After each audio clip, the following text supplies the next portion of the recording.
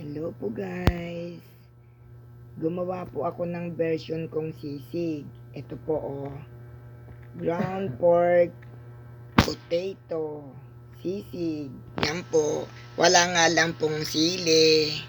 Yan kasi kami lang naman po ang kakain. Yan po Giniling po yan guys.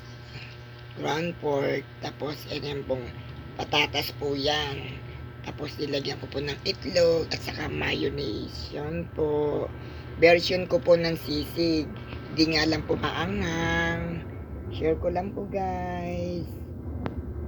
Saka ito po guys, bumili po ako ng Japanese siomai.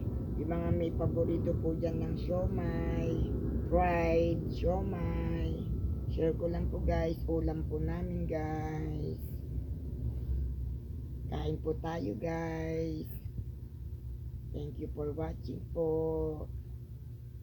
Ground pork, potato, sisig. Yan po.